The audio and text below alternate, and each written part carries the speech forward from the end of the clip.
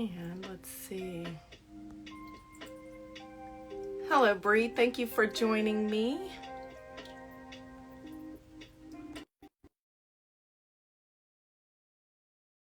Thank you guys for checking in with us. Hopefully I did everything right. Every time I come on, it feels like a new experience, but I think I did it quicker this time. Yes, I did.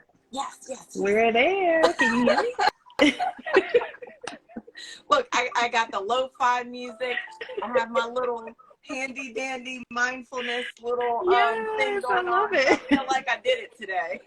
I know. I'm like, I can't see my bookshelf. Like, it just looks like I'm sitting against, like, The whatever. plain, It's well, fine. see, I also have a plain glitter wall, but I wanted to give people a little Oh, bit more nice. excitement. Thank you for joining me today. I'm You're so glad we were able to do welcome. this talk. Thanks for having And me. so, I'm excited. while people are coming in, thank you guys for joining us today. I know everyone's probably getting settled in. I just really wanted to start our mental health awareness month with different talks. Some of them are going to be really serious. This one probably will be a lot bit. We're talking about kids and grief. But we have someone who is a professional that is, her specialty is all around the piece of grief and communities that don't get that support. So I feel like it's going to be a really great conversation. Brie, just so you know, I did a little background check on you. I see. I was like, okay, you did your homework. You guys have a great site because all the information is there, so it makes it easy. Awesome. So That's we're gonna great. give people a few more minutes. Of course. Get some water, guys. Get settled in. We're gonna start in a little bit. And you know what? I have a calendar that has different. It's called Simplified, and it has different mental health things on it. And look at what this month's is. Okay, don't judge me. I haven't looked at this calendar since March, so I had to update it, and I just realized that it had a nice message. We can say yes to a slower, simpler, quieter pace when less becomes more. That's what I'm trying to get to. Stop running around on the crazy hamster wheel and be happy with less. Thank you guys for checking in. I'm just waving to our people here. Yeah, so I wanted to start off with a little opener. I know Andrea, our executive director, loves to do this. She'll be coming from a different call, and hopefully she can check in with us. But from the past 24 hours, and Brie, this includes you as well, can you put in our comment section what is the number one emotion you felt? So usually we ask for the top 3, but I'm trying to really get us to think about what our mental health has been. How did we feel? What was the top emotion we felt in the past 24 hours? So I guess I'll start mine with anxiety, because I was trying to get a lot of things done, but I'm so glad I was able to show up today and really got to do my research on Miss Brie and experience camps. So definitely mine's is anxiety. Oh, Miss Brie put relief. We're gonna have to dive into that a little bit. I did. Look, relief that we both made it on Instagram at 6:30. We made it. I was like, oh, great. And you know what's great? YouTube has, look, y'all, if you don't know how to do something, it's a YouTube college out there. They make it so much easier now to navigate that stuff, because I remember when Google Meets came out and I was like, how do you use it? And this was before the pandemic, but now it's like hundreds of links on how to do all that. So we're definitely in a better age right now where you can learn how to do anything proficiently.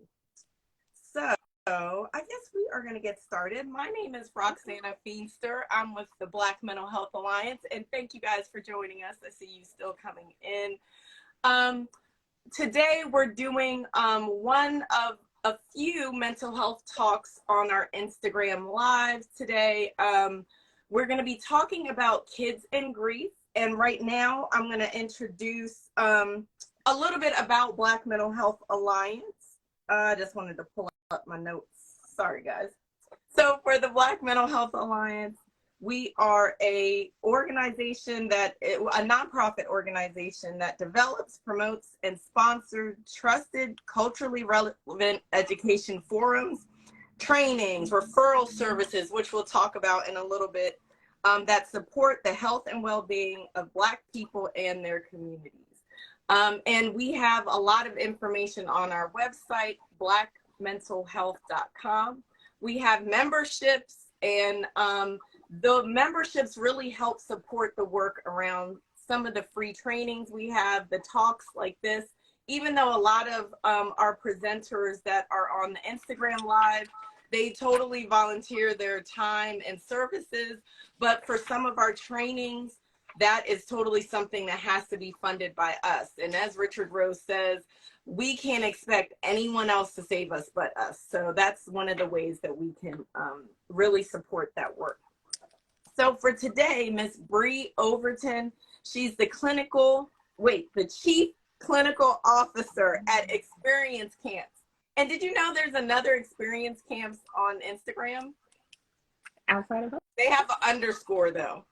Oh, got it. I didn't know that. Yeah, so there's two of them out there, but Experience Camp is the organization that Brie is with, and you can find them on Instagram. Follow them. Make sure that you're using the resources that we're sharing to connect people that you may know that our kids are going through a lot of stuff, guys, and we have to make sure we're not doing the same traumatic things to them, ignoring their pain, ignoring their experience that they're going through. So please, Experience Camps, follow them. Even if you don't need them now, we don't know the people that we're going to come across. So that's something that I've learned to do. I follow people that way. I don't have to keep the information in here because it's a lot going on. I don't know. I had to remember my name sometimes. So it's easier if we just use the technology, follow these great organizations. That way they can be a resource when you need them. So I want to interview our guest tonight, Ms. Brie Overton, Chief Clinical Officer at Experience Camp. I'm just going to read your bio here, Brie, and then you can introduce yourself as well. Today we're doing mental health awareness. Our talk specifically is about kids in grief, guys. So Brie is a doctoral candidate at the University of Missouri. St. Louis is in the Department of Counseling and Family Therapy, where she educates and supervises master and doctoral level students on grief-specific issues in counseling. She's a licensed professional counselor and specializes in anticipatory loss, grief, and bereavement, life transitions, because how many of us know life transitions have grief in it, and working with underserved populations, which is all that Black Mental Health Alliance is focused on, is the underserved, the marginalized communities, because that access to mental health care is even less for them. So imagine you have the income, you have insurance, and it's hard to find care. We're working with people that don't have the access. So thank you, Ms. Brie. She is a member of the Association for Death Education and Counseling and has worked as a clinician and clinical director for Experience Camp since 2016. Goodness, that's a lot of years of working in grief. I've been working in grief since 2007. Oh, wow. Yeah. Yeah. And I know you're going to share a lot with us around what Experience Camp does and specifically some more stuff with grief, but can you start with just talking about some of your work right now at the university? Of course. Yeah. So at the university, I live in St. Louis, Missouri. And so I'm at the University of Missouri, St. Louis. We are in a little corner of the city. where, you know, the population around our university are a lot of people that look like me, a lot of marginalized communities, underserved communities. And so we got a grant through our local organ procurement organization to provide grief-specific services to people who are grieving. So whether that is a family of a person who was a donor family or not, we have this grant where I supervise and train our clinical mental health master's level students to offer grief support and grief counseling to our community members at very low to no cost. So I believe our sessions are $10 per hour. But our community members come in and they are served, they're supported by our students, and our students are supervised by me. And so it's a great program. Our students are learning a lot. One of the things that we learned is that our students are going through these programs. So I was fortunate enough to go through a specific program, master's program. It's called thanatology. So I had my thanatology background before going into my clinical mental health background. And then I came back to the university to get my master's in clinical mental health counseling.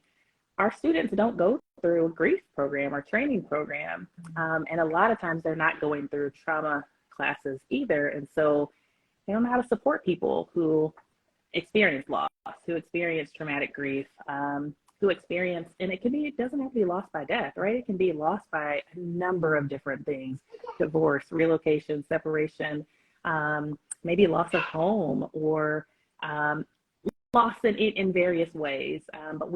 But our students don't know how to support people. And so how do we help our students support people who have experienced loss? And this is one of the ways that we're helping bridge that gap, getting them the information, the support, and the training that they need so that they can effectively support our community members. And we've had great success, community members coming out and accepting that support. Just knowing that it's there is a huge step, right? Like knowing that there's support here and it's easy to access, and there aren't barriers when it comes to cost and different things like that has been really, really helpful to the support that our community members need. Yeah. Sorry, you probably have know, my kiddo in the background. No, you're good. And we don't want the babies to be quiet. They're people too. A lot of times that barrier to getting care is like, you know, if you have to call back because they don't have a provider now. Oh, I don't have $10. I don't have $20 extra out of my budget. It's like, that's a big relief to, like, if you're going through something, to be able to talk to someone like you is like a great asset, I would think. Oh, definitely. Most definitely. And we want our clinicians and the people that are serving our community to represent our community. How often do we go to places and we're looking for support, but the provider doesn't look like us? They may not know any of the issues that we're dealing with or how to support us through that. And so just knowing that, like, oh my gosh, there's somebody here that looks like me, or there's someone that I can get to that looks like me, is also a relief for a lot of people that are seeking support or maybe afraid to seek support because, you know, that stigma, right? That, if I reach out, what are people going to think? What are people going to say? And so it's been just really, really helpful for the community to be able to have access to that type of support when they need it. And I think you just hit it on the nail about the stigma. So that's like another reason why we're doing this talk now. And that was like one of the points that I wanted to go over, that us just talking about it is like, you know, making people feel more comfortable to listen to some of the issues that they might have as well, and then reach out for help. So if Brie, if you could put in the chat, I don't know, it's hard for me to put it with my phone, your website, but also I have like some resources for us to drop in the chat as well. One of them that we'll talk about is 988. Black Mental Health has a call and text line that I'm gonna drop in there as soon as I ask Brie the next question. She's putting her website in, and also NAMI has a line, and a lot of times we have to just make sure that we're telling people our experiences, talk about the different mental health issues, and then people feel comfortable to be able to reach out. So and another thing that you said that kind of concerned me is that someone can go through a training program and not get the grief part of that, because a lot of times that's what will send somebody into a crisis. Yeah. So just recently, right? If you go through a K-CREP accredited program for counseling, now there's a trauma component of that. But when I finished my program I graduated from my master's in counseling in 2013. There was no trauma component at all. You know, we talked about trauma in some of our classes, but there was no course, no recommended course, no required course. That's what I'm trying to say. No required course that we had to take. And now, of course, there are more courses that are happening, and there are, of course, electives, but you don't have to take an elective, right? And then we're just out there providing the support, but we haven't been trained, and we don't know how to properly do that. And so I am very, very adamant about, if you are going to provide this type of training, provide this type of support, you have to get the training yourself. Yeah. Because then we're just out there, we're doing harm, right? We're not really supporting people if we don't know what this should look like, what the parameters are, what the guidelines are, what those theories are, and different things that we should really be using to help support. We need to know what those are so that we can provide effective support, and support that really is helping people, and not just, I heard about this thing, let me try it out. Because then, you know, if we're not supporting someone, they walk away feeling like it was them, right? I was the problem. Counseling didn't work for me. I couldn't say anything anymore because look at how they acted. Exactly. Yeah. And so, yeah, it's important for us. Like if we are advertising that we're doing this type of counseling or this type of support, then we need to be able to back that up. Like, what type of trainings do you do? And I, you know, of course, per licensure, we have to have X amount of hours each year, but it's also important, like, if this is your niche, this is what you are doing, you need to make sure that you are consistently and continually training yourself and making sure that you stay at the forefront and abreast of all of these, the different topics that may come up, or different ways to support and help people. Yes, and we had a couple of comments in the chat. I just wanted to read them. Hello, Andrea Brown. That's our executive director. And she said, looks like me is so critical for me. Because I think that alone has, like, you know, how I come into the room. Like, me seeing a fellow sister with natural hair, I know you understand a lot of my struggle a lot of times. Exactly. But just with that little thing, that'll help someone feel comfortable. So that does make a big difference. And I saw one other chat. Okay, maybe I missed it. Okay. I thought somebody had said something else. If you put something in the chat and you wanted me to read it, just add it on there. So one of the other things that made me really want to connect with you after talking to you was kids and grief. Because I know a lot of times we think, or I know I myself as a parent, I'll use the I statement. I as myself as a parent did not think that my kids like had a right to be sad over stuff, or had feelings about stuff. And that I was like, you know, talking to you, I was like, no, we have to like talk about it. And hopefully someone will be listening and, you know, maybe months from now even listen to this talk again. Can you like tell us a little bit more about grief and kids? Like, how does that look for them? Of course. Yeah. So my work is with kids and teens and young adults. Kids have been coined the forgotten grievers, right? So trauma happens, a death happens, and a lot of times we're so worried about just the logistics and getting all these things done and how this has impacted me. We don't take a step back to think, how has this impacted my 5-year-old, my 2-year-old? Research out there says that kids as early as 6 months old can pick up on change, right? They can pick up on loss. They can't articulate it to us, right? But they know that something's different. They know that there is a change has happened. And the older they get, they can start to put words to that. We teach our kids young. My kiddo is 19 months old. And we're reading books all the time, of course, about grief because mommy's a grief person. But we're talking about feelings, right? And what does sad look like, and what does that mean? And what does happy look like, and what does that mean? And giving him, giving our kids the full range of emotions. We can feel more than happy, sad, angry, and mad. Right. Like we can scared. Sorry, we can feel more than just those four emotions. But it's really important to be able to model what those emotions look like. It's important to be able to model how we feel. Like, what does it look like when I'm sad, and how do I feel when I'm sad? Yeah. And how do I communicate to you that I'm sad? And insert any feeling there, but it's really important for us to help model that to them so that when they are feeling some type of way, they can put a word to that, right? They can put, oh, this is how I'm feeling, and this is what is happening to my body, and this is how I can help myself work through this.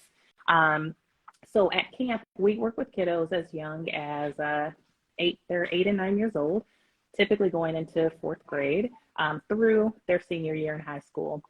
But in private practice for myself, I work with kiddos as young as 2 and as young as 3. Oh, wow. And so what we're talking about, we're talking about those changes. So if, a parent or a caregiver is diagnosed with cancer, we're talking about what are some of those changes that they're going to see. Did mommy's hair start to fall out? Did mommy's body get smaller, right? And so developmentally, we're talking about different things that they're going to be able to pick up, and then putting words to why those changes are happening. We're talking about what the illness is, right? We're talking about cancer. We're saying it's cancer. We're putting a name to it, and we're really helping inform their journey as they move through and as they process through. And kids were coined the forgotten grievers because we don't put them to the side, right? We're like, oh, if I pretend, if my kid believes that everything is okay with me, then everything is going to be okay with them. And even if we are putting that mask on and the mask is saying mommy is okay, they can pick up on mommy's not okay. Right.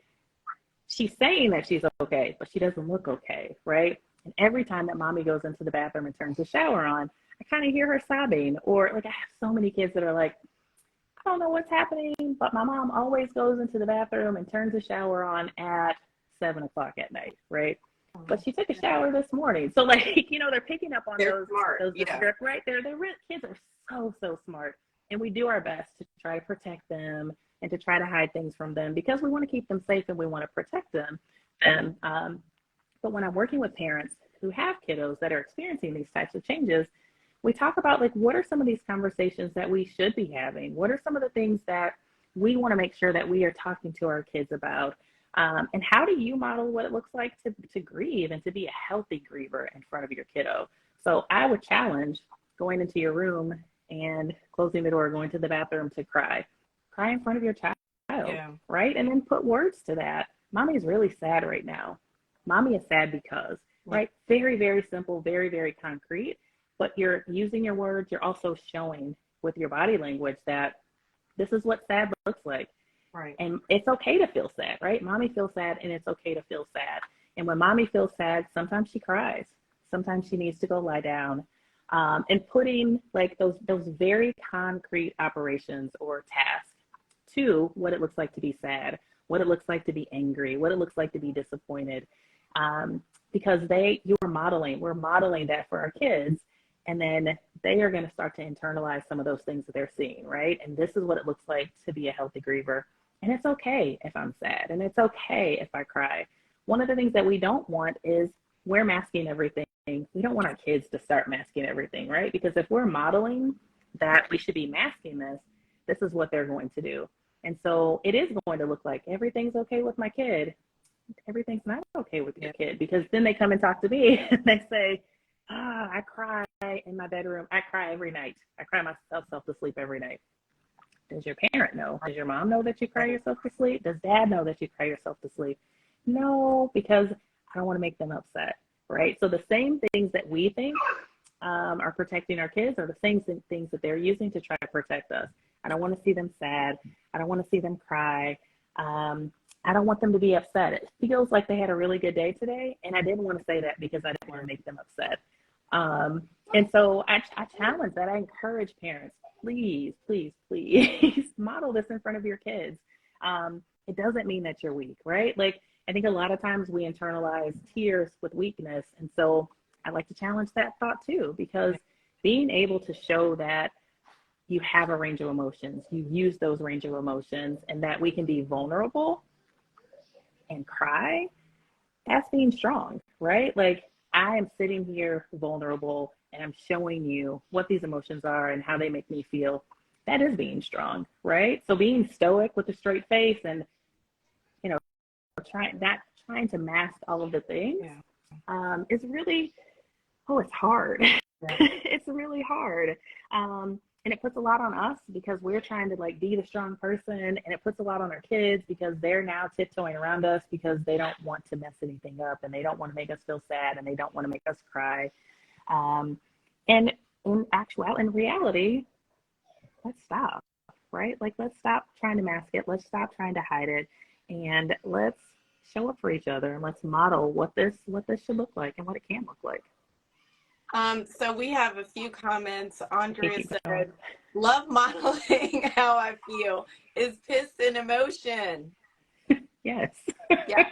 Anger Yes. is an emotion. And it should be shared. I think a lot through my childhood, I was kind of taught not to be angry about stuff, but it's like, if you're upset, you have to let it out and you have to like process through it too. You know, we got to teach the kids that so they're not kicking the dog or doing something more destructive. So Andrea said that is good. Funny, I would hide in the laundry room when my dad died, and my son would say, "Mommy's on the washing machine crying." So he knew.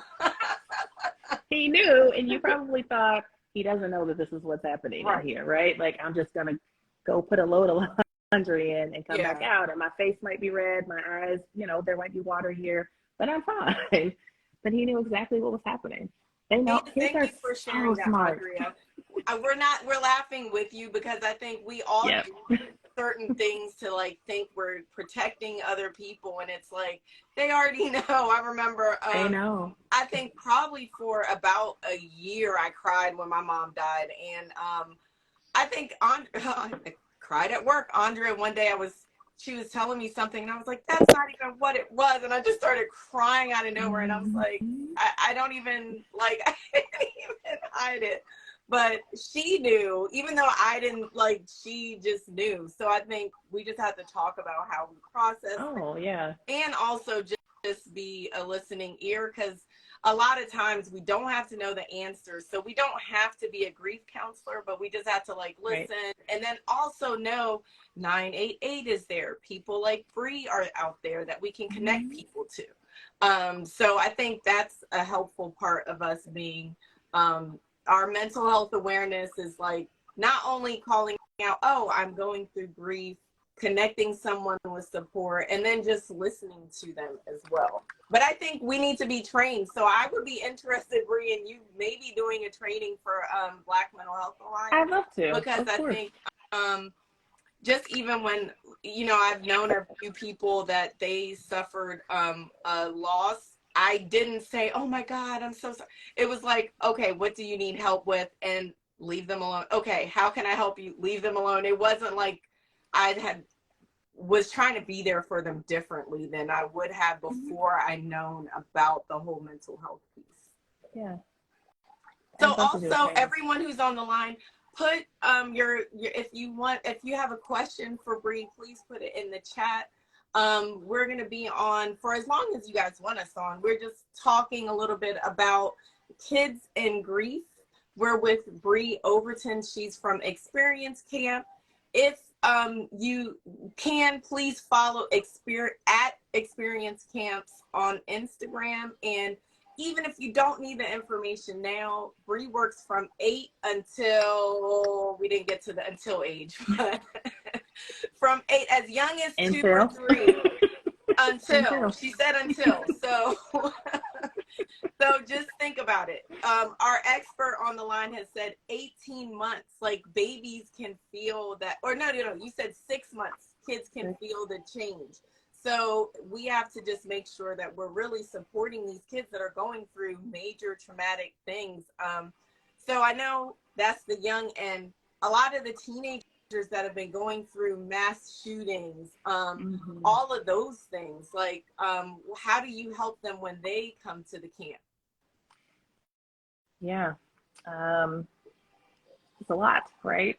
At camp, our kiddos are with other campers that are their same age. So they're in a bunk with other kids that are the same age as them. We encourage our campers to come back year after year, so they're supporting each other through their grief as they grow. So they have this peer support that's already built in at camp. And then those campers stay in contact with each other throughout the year. At camp, we are just like any other camp, right? There are tons of activities, arts and crafts, swimming, ropes courses, all the things. And we have a clinical program. So every single day, our campers participate in one or two clinical activities. So that might be a sharing circle. They're with their bunks, and those sharing circles are facilitated by a grief specialist who is a clinician outside of camp in their daily life. And so, we have those sharing circles. We also have clinical bereavement activities where our campers come and they learn a new skill. And this may be something that they already know. This may be a way that they already cope. And our hope is that we are helping them just build the coping skills that they have, that they are going to use outside of camp, that they'll also use at camp. And then we have clinically informed campfires that they participate in as well throughout the week. And so our hope is that we're helping them balance their grief and their play. And we're being positive models on how to do that. And really just really normalizing what it is to be grieving, to be, to be walking around carrying all of these emotions and all of these things with them. And so, whether that is a school shooting that they were close to, or, they were in the building, or their parent died, or a sibling died, or someone close to them died. Our hope is that they are taking these nuggets with them, and they're being able to use them outside of camp, because, camp is great. It is wonderful. There's a lot of support that happens there. And it is so important that the seeds that we plant at camp are seeds that will help them grow and develop and blossom outside of camp. So the real work happens outside of that week of camp, right? Like, how are you using these skills? Are you using these skills? Are you sharing this information with the people that you live with and the people that you love and care about? And so there's a lot of communication between the adults, right? So between us and the caregivers. These are the things that your kiddos learned this week. These are questions that you can ask them. This is how you can keep them engaged in their grief throughout the year. If this happens or this happens, here are ways to have those conversations with them. Because, we can support the kiddos all day, every day, but we really need to support the entire family, right? Like, what does the support for that unit look like? And if we're not helping support the adults, are we really being effective at supporting I'm sorry, the kids? that just made me happy. She's like, look at me. So it's important to be able to support the entire family unit. And so we make sure that we stay engaged with our campers and our caregivers throughout the year as well, so that they do feel that support. They do feel like, oh, Brie, this thing happened and I really need someone to talk to. Can I hop on the phone with you? Absolutely. Yes, you can hop on the phone with me. And then it's, how do I get them connected to resources in their community, right? Because they probably will need more support than just hopping on the phone with me that one time or that couple of times. But really being able to connect them with resources in the community and resources that will help support them and their family too. Yeah. And you know what? I think this, I didn't plan this, but Miss Brie said this. Thinking about the whole family, Black Mental Health Alliance is doing a training in June. It'll be June 3rd and June 17th. Yes, Andrea wanted to see the baby. And the training is all around the building the Black family. Dr. Adam Vandelli has a whole program that he's going to share via workbook. It's a virtual training, so please click the link in Black Mental Health Alliance bio. There are CEs for the training, But I think all of those things are what give us tools. So even though I'm not a therapist, I'll be at the training just because I like to hear about how some responses build up the family, other responses don't. So even if you're not a therapist, I feel that all those pieces of education help us to heal the community, because sometimes we'll see things and I won't say, oh my God, you shouldn't say that. But I'll be like, oh, but you know, why did you think that? Or why are you upset because of this? You know, to just help us really heal our community. We don't want to be just depending on an outside thing to help the Black community heal and really not pass on those traumas. And that's just the way that I and my boss Andrea loves for us to read a lot of books. But I feel like it all helps us to grow as people. And then once we grow, we're helping other people kind of think differently, right? You know, I think some of the things with the Black family, oh, we can't talk about mom just dying or so-and-so getting shot. And that's kind of the things that we need to talk about. Like, oh, well, if we eat better, you know, we can feel better. If you know, and it's not your fault that so-and-so got shot because you went outside. Like, we have to talk about all those things. And I'm just saying arbitrary things, guys. I don't know if you have better examples, please share them in the chat. I think we just have, that's something with mental health awareness. We just have to really be self-aware, talk about the different emotions. We can have different emotions. It starts with our kids. And we have Ms. Brie Overton here from Experience Camps. So I know that you're not taking any more kids for your camp. Your camp is full, right? We are pretty much full across the board at camps. Right now we're down to, we have one spot at this program for this grade. And so the kiddo has to be in the certain grade to get into that spot. But we do start enrollment for the following year. So for summer 2024, November 1st. So October 1st, our returners will fill out the applications to come back. November 1st opens new enrollment for new campers to come for 2024. And so I do encourage people to fill out the application as soon as that enrollment opens so that we can get intakes completed, answer all the questions, and get campers enrolled. I know it seems really early, but we start in the fall so that we can have everything in place for the following summer. And currently at a lot of our locations we're on a wait list, and you know, so we're looking for ways to expand. So we're opening our newest location this summer in Maryland. We're full there, which has been awesome. We're so excited. The community has been so great to us. And, you know, we're meeting new caregivers and meeting campers and agencies and community agencies and organizations, and it has been amazing. And so we'll support this summer 80 campers at our Maryland camp, and then we'll continue to grow as we get as you know, we age in that location as well. And we'll continue looking for spaces around the U.S. To open up other camps. And you know, like I said, we do what we call beyond the bunk programming. And so that is a way to engage our campers outside of camp and the 365 that they're not at camp.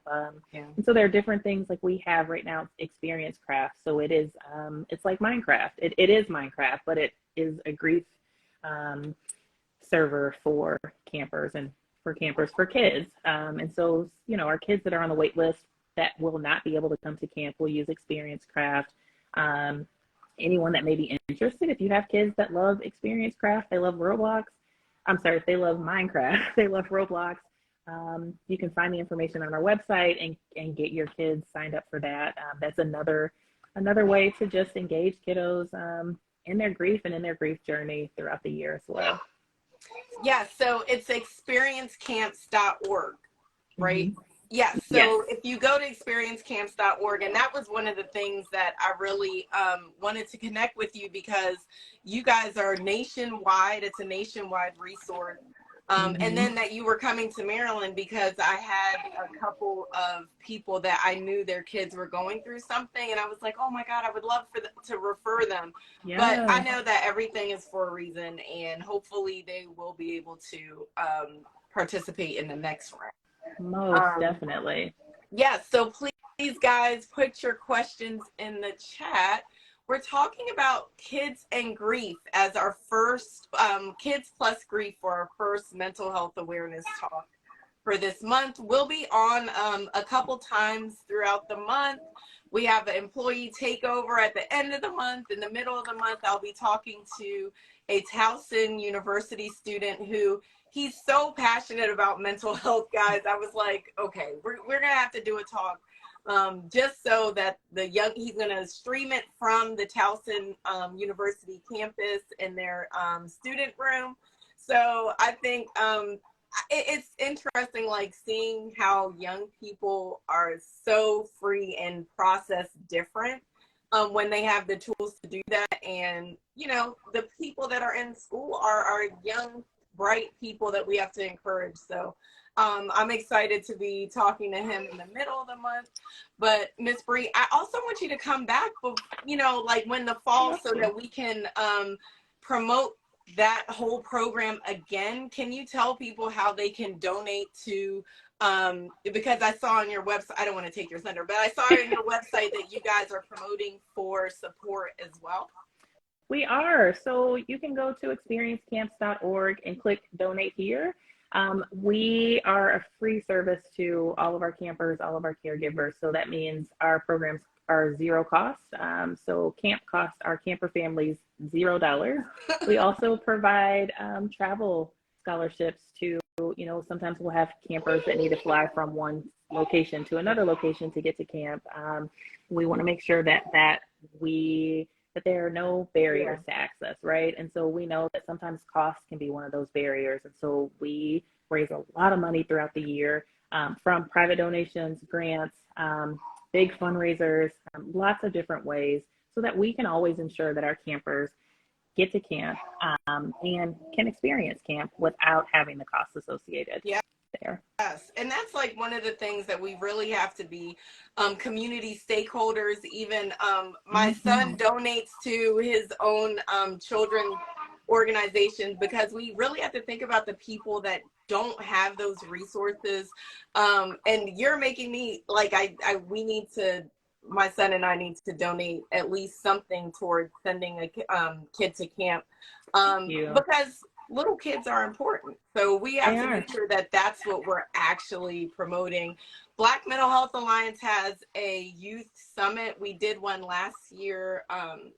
In the winter, COVID kind of changed things, because usually we do it in the summertime where it's nice outside and the kids can connect, because that's a part of our healing as well. And I also wanted to say that Black Mental Health Alliance, throughout the year, we do free trainings, we do community outreach, and all of those things cost money, guys. And we have to be able to support our own events, our own healing. Also, that I myself am a BMHA member because I believe in it, not because anyone makes me or anything like that. So we always, I think it's just really important that we also talk about community stakeholders that are doing this work in the community, support them, give them shout out. So Ms. Brie, send whatever information you would want to share out, and I'll put that in our newsletter just so that people can get connected with you as well. Thank you so much. I appreciate that. Oh my God, look, did you want to read that comment? Where? What comment? Which one? You see it now? Andrea Brown said BMHA will provide some support. That's amazing. Yeah, so it's like all of us together can really take those boundaries of, you know, those hindrances that people may have to getting help. And our little ones are one of the most important people, because they're the future kids, future governor, they're the future doctors, therapists. So we have to make sure that we're pouring into them and making sure that they have the tools they need to be successful. I remember we were having a different youth and mental health or something discussion, and I remember I had said, oh, well, how do we expect kids to get over these traumatic things? And our mental health provider, a therapist, Cheryl Maxwell, said, yes, they can if they have the right tools and the right, the right support. And that's making sure we connect them to therapists, different environments that can allow them to help and heal, which I kind of feel like adult moms should have a camp that they can go to and play. Okay, never mind. Anyways, the point is help them, have all the tools that they need. So, and she said that we believe in your work. So hopefully we can encourage other people out there to also support the work, make sure that this good work of Experience Camp and the work that Brie is doing at the St. Louis University, that we can support the people that are doing the work and making sure that people have access to resources. So another thing is that Black Mental Health Alliance has the Connect to Connect to a Therapist resource. That's also in our bio. That's totally free.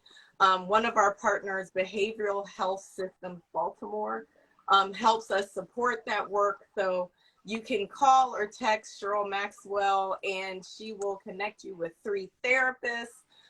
3 therapist options, psychiatrists, if that's what you're looking for. And these people are people that she's vetted that are still taking clients. And this is a nationwide database. And some people take, you don't need to have insurance to go to them. No cost, low cost, but she has a whole database of that. So please, I put blackmentalhealthalliance.com and the link in our bio. You can connect to a therapist. If you're interested in our family building, Black family resiliency training, that has a few CEs, but I don't know all the answers for that. The link is in the bio for you to check that out as well. So please send us any questions. Andrea, do you want to come and say a few words to Miss Brie? Oh no, she may be like, what?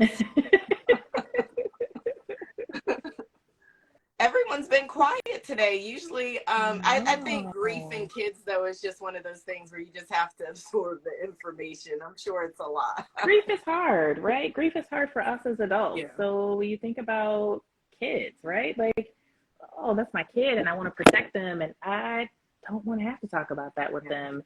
And we get to a point of where we've not talked about it and not talked about it, and boom, now we have to talk about it, and we have to talk about all of it in a very short amount of time. And I'm a firm believer in, of course, grief is going to happen. Death is going to happen. Change is inevitable. Things are going to happen. And just like we prepare for anything else, like this is something that we should also be preparing our kids for. Kids at school, like a lot of people are like, you talk with kids about death and dying and loss. And I always say, let's talk about Disney, right? Like all the Disney movies, every single Disney movie has some sort of death, right? The parents died, the mom died, they live with the auntie because this person died. And so it's there. It's in the books that our kids read. It's in the TV shows that they watch, the movies that they watch. It's there. And as their adult, right, their parent, we help make those connections for them. We help normalize it for them. Death is a normal process in life, right? And so we want to make that as normal, and we want to normalize it. We want to make it as normal as possible. And that doesn't mean that because we're normalizing it and because it's a house or whole word here in my home, that doesn't mean that like when death happens, we're fine, everything's great because we've talked about it. No, it just means that like we know that this is going to happen at some point with someone, right? As my parents age or as my family ages or people that I know or people that we come in contact with, we know that death is inevitable and it will happen. And so let's prepare our kids. Let's talk about it. let's allow them to ask questions, right? Yeah. Before death happens. Questions are really, really hard to answer once the death happens. But they'll have questions. Like, there are times where I support families and kids through a funeral and memorial services. What is a funeral, right? To a 5-year-old, what does that mean if this is the first time that they're going? What are they going to see? So preparing them for what they're going to see, preparing them for what, the reactions of other people that they might witness and observe, and really helping normalize that. So it's not like, whoa, there's a lot of stuff that's happening in here, and now I'm overstimulated and I don't know, what to do or how to support myself. But being able to talk about, this is how the church is going to be set up, or the building that you walk into, maybe a church or it may be something else. Talking about what a repast is, talking about what a funeral service is, and really being able to prepare them in those ways, talking about the expectations, what to expect, what they're going to see, and how to support that through that, how to help support them through that. And also another thing, that we talk about is having a word or a phrase, like if they need a break, it's too much, I need to step out, right? And always, as a parent, your child best. I may know all the things about grief, all the things about your kiddo, and that there are going to be signs, right? Like, in 3 minutes, we have 3 minutes to get out of this building, or he's about to tear some stuff up, right? Or he's about to dart through those church doors. And so being able to have an exit plan or an escape, I don't like to say escape, an exit plan of, we're just going to step out and go to the restroom. And really that might be like, we're going to go outside for the rest of the service. And I'm going to answer some questions, or we're going to play a little bit. Because as adults, we can sit for hours, right? We can do that. Our kids are used to being up and moving around. And so to expect for them to sit for 2 hours at a service is really, it's unrealistic, right? And so we really just, we're thinking about our kiddos every step of the way, in anything that comes up, and how to prepare them, and being able to just have these kind of like, what's the difference between being cremated and being buried? It's very different processes. And why is this person in the ground, but this person is in a jar on the mantle or on a bookshelf? And so really being able, like, they have all of those questions. And so being in a position to empower them to ask you questions and to be open to answering those questions. And also being open to saying, I don't have an answer for that. I don't know. Let's explore that together. Right. So yes, as the parent, I may have a lot of the answers, but I'm never going to have all the answers. And so let's figure out how we can get those answers together. And we're supporting each other in this. I'm just looking through to see if we have. You're fine.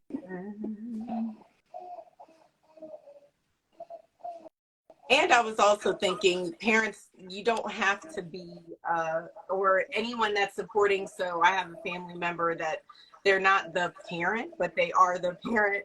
And you don't have to know all the answers. Just make sure that, you're listening and that you get support. Because I think when you're like, I don't know what to say to this kid, that's fine. You just have to get some help, some support, so that you can, feel armed with the right tools, so you're not hurting this kid's feelings when they're asking you stuff. You're not feeling that. It would just make it better.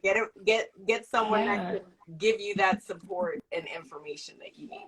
Yeah, and like you said earlier, we're not shutting them down, right? Like, our kid comes to ask us something and we're like, don't ask me that. Or, it's like, I don't have time to talk about it. Depends on the day. Certain days, it's too much.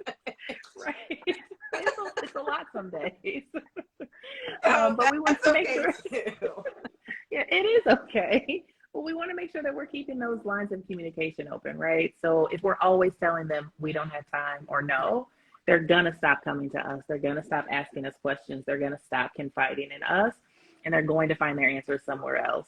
Who knows where they'll find those answers, but they'll be finding those answers somewhere else. And we don't know if they're getting the correct information. Are they getting information that is truthful? We don't know. So, I encourage us to keep those lines of communication open. Even if our kiddo isn't talking about it, the death happened, they're not really talking about it, we're not really talking about it, or we're talking about it a lot and they're not saying anything. check in with them. Hey, Yeah. we haven't talked about this, or I noticed that you're not playing with this person anymore, or you don't talk about this person anymore. You want to talk about it. Right. So inquiring and asking them about their lives, and really picking up on those changes that you see in their lives. Sometimes the changes are drastic, right? And you're like, wait a minute, you've loved this for 6 years and now you don't want to even look at it anymore. And sometimes those changes are very, very small, but again, you know your child best, and anytime there's a change in their life, put words to it. Right. I noticed this. I noticed that this is happening, or you're not doing this thing anymore. Is there something you want to talk about this, or can we talk about it? And that communicates to them, I see you. Right. I see you. And I know that something's going on, and I want to know what it is. I want to be able to help support you. I want to be able to help you work through this. I'm here. Definitely.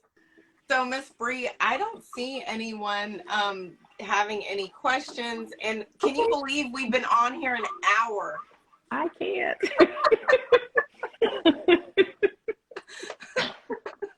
Mental health is one of those things that I think we're both passionate about, so it was easy. So much. But please, guys, reach out to Miss Brie. Do you want them to email you or just go through the form on the website? Oh, yeah, they can email me directly. I'll put it in. It's Brie@experiencecamps.org. Yep. And then I'm gonna put the Black Mental Health Alliance. My name is Roxana Feenster, and I do a lot of the community outreach and connections. So I'm gonna put the email that you can use, which is also in our bio link there. All right. Sorry, guys.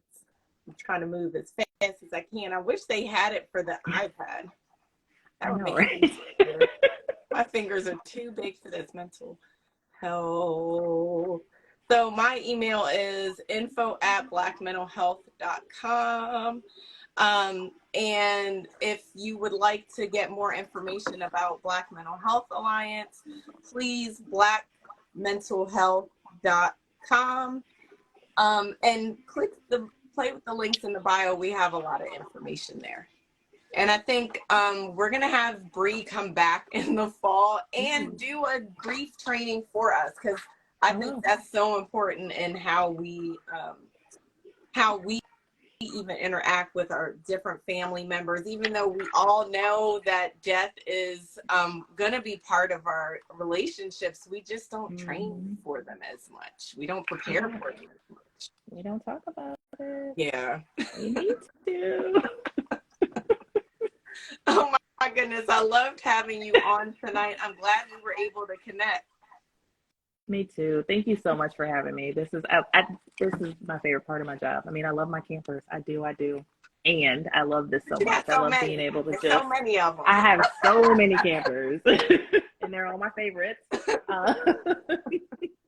But this is a really important part of my job, and one of the parts that I love the most is just being able to share information and being able to talk to people who want more. Yeah. Well, thank you. I appreciate you taking the time with me. Miss Brie Overton, Experience Camps. Please follow their page and use them as a resource for those kids, young people that are going through things. Thank you, guys. Have a great night. Thank you. Tell baby I say hi. I will.